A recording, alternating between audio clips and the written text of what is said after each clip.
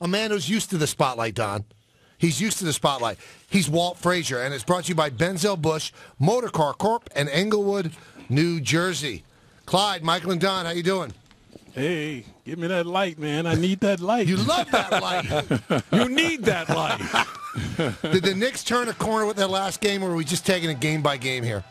Yeah, I think it's going to be game by game. But obviously, by winning, you gain some confidence by doing so. But I don't know if they've really turned the corner. But I don't think any of the teams in the Eastern Conference have turned the corner. So that's why we're still talking about the Knicks have an opportunity to make the playoffs. Well, the frustrating thing is not playing a complete 48-minute game, Clyde. Even in the game against Memphis, they played well down the stretch. But, you know, why falling behind? Why can't this team put together 4 quarters of basketball?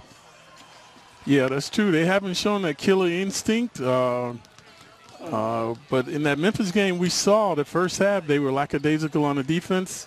They came out the third quarter, got into the Memphis team, forced some turnovers. They were getting in transition. So they're a different team when they play tenacious defense. But as you alluded to, they're not doing it for 48 minutes. So I'm sure these guys watch a lot of tape, so they have to see the difference in the team when they're very aggressive on the defense and when they're not. We're talking to Walt Frazier, who was courtside in Orlando for tonight's Orlando Magic New York Knicks game. Mike Woodson earlier in the day was on with Stephen A. Smith and Ryan Rucco, Walt, and he said, I've got to play Carmelo a lot of minutes. I have no other option. I just have to play him. But isn't he kind of spiting himself? Because it seems like Carmelo, when he plays a lot of minutes, wears down at the end. Don't you need a real Carmelo in the last 2 minutes? Because the Knicks have lost 13 games by 5 points or fewer. Yeah, he's not finishing. And why? Because he's fatigued. It's very obvious. You know, we put a stat up on TV that as the quarters progress, Melo's efficiency falls off. From the first quarter, second to the third, but around the fourth quarter, he's only like 36% field goal percentage. But also I think we saw in the last game what Melo has to do, get closer to the basket.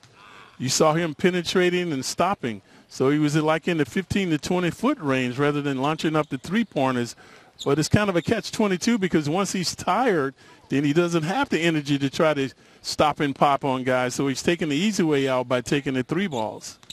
Now, Woodson also mentioned the big difference between the team this year and last year, the leadership. He mentioned Jason Kidd. All right, that makes sense. But he mentions Rasheed Wallace, 21 games. Kurt Thomas, 39 games, none in the second half. Marcus Camby, 24 games.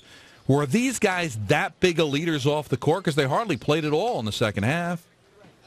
Well, I think just their presence being there, they had the reputation. I think they were excellent in the locker room, probably getting these guys mentally prepared to play the game.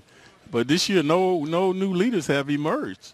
That's one of the problems with the team. I mean, Melo kind of leads by example, so does Felton. So they do not have that one rah-rah guy that they can depend on when things get tough. I know Shumpert for the next 2 or 3 weeks.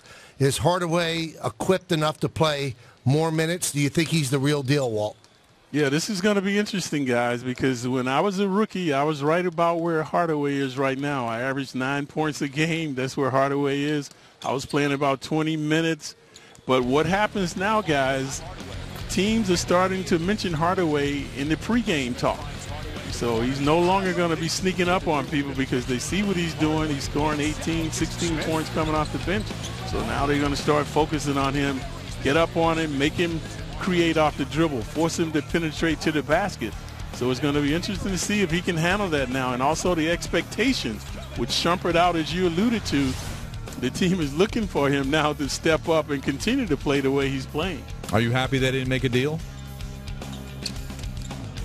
Somewhat. I mean, yeah, I kind of like Shump. I mean, he's having a poor year, but I think he still has a better upside than getting traded. So, but I think now the other guys should relax a little too, knowing that they're going to be here. So we'll see if they play with a little more urgency and a little more relaxation out there, especially the continuity with the ball, moving the ball around the perimeter.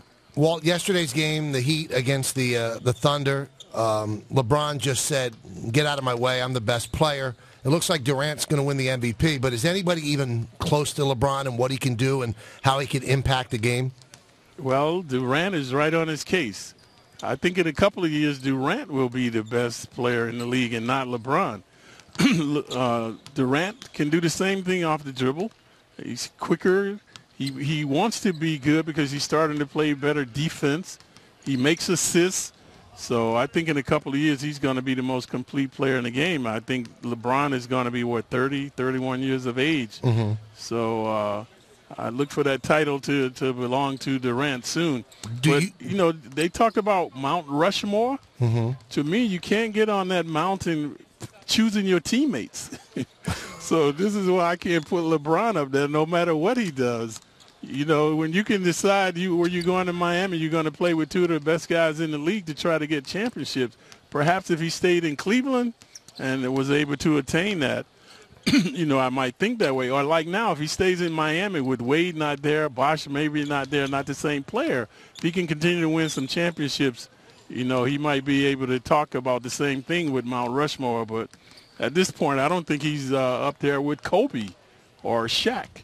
So he has to continue to win some more championships. And I think the other thing, guys, if he wants to set himself apart, go out and average a triple-double for one season. Only one guy in the history of the game has ever been able to do that, Oscar Robertson.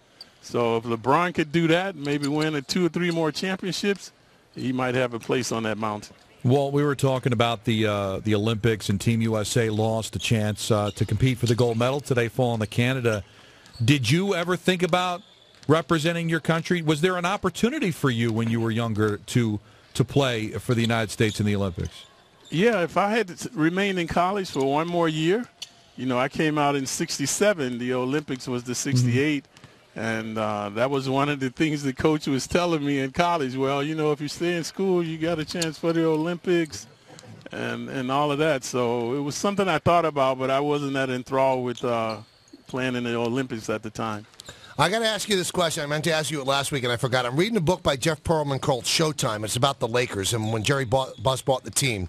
And Jim Jones got traded to the Lakers before they won their first championship with Magic. And supposedly, in the book, Jones tells you, this is when you were a Cavalier as well, I got traded to the Lakers, and you said, oh, man, I wanted to go. Did you want to go to the Lakers then when you were in Cleveland? Yeah, Jerry West came up to me and told me that he almost got fired because he was pressing for the Lakers to sign me. But I think they took Ernie DiGregorio? Yeah. So, but West was saying he wanted me, but Jack King Cook, wanted Ernie D. And so that's why I had said that. So that was interesting when Jerry West told me that story.